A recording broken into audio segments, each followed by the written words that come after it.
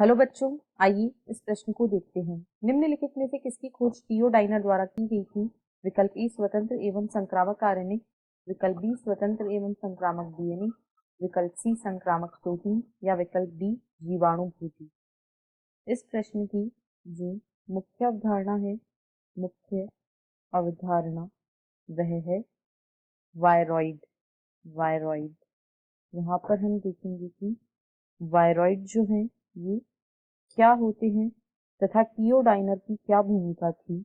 तो TO dinar यहाँ पर हम लिखेंगे टीओ डाइनर।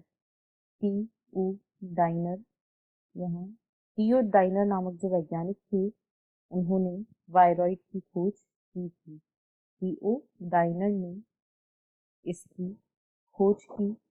अब वायरॉइड होते क्या हैं? तो यदि इसे हम देखें तो वायरॉइड जो होते हैं ये छोटे वृत्ताकार, स्वतंत्र तथा संक्रामक। ये छोटे वृत्ताकार स्वतंत्र तथा संक्रामक।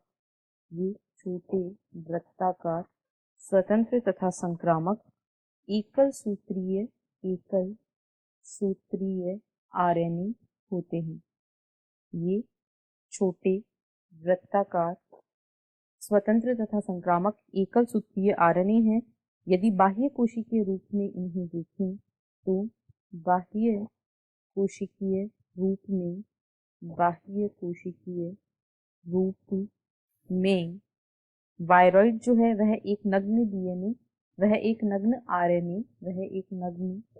आरएनए अणु होता है। यह एक नग्न आरएनए अणु होता है, यानी कि इस पर जो प्रोटीन का आवरण जिसे कि कैप्सिड कहा जाता है वह अनुपस्थित होता है।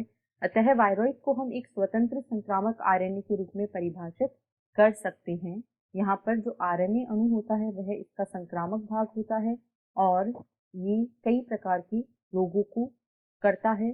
अतः यदि हम दिए गए विकल्पों को देखें तो विकल्प ए में कहा गया है स्वतंत्र एवं संक्रामक आरएनए, यह बिल्कुल सही है। टीओ डाइनर के द्वारा वायरॉइड की खोज की गई थी जो कि एक स्वतंत्र तथा संक्रामक आरएनए होता है। बी में कहा गया है स्वतंत्र एवं संक्रामक डीएनए, तो इसमें डीएनए नहीं पाया जाता है, अतः यह गलत है। सी में कहा गया है संक्रामक प्रोटीन, तो वायरॉइड में संक्रामक प्रोटीन नहीं होती है, ये केवल और केवल आरएनए के बने होते हैं।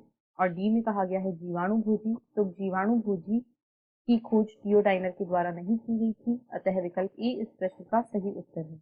आशा है आपको प्रश्न समझ आया होगा। धन्यवाद।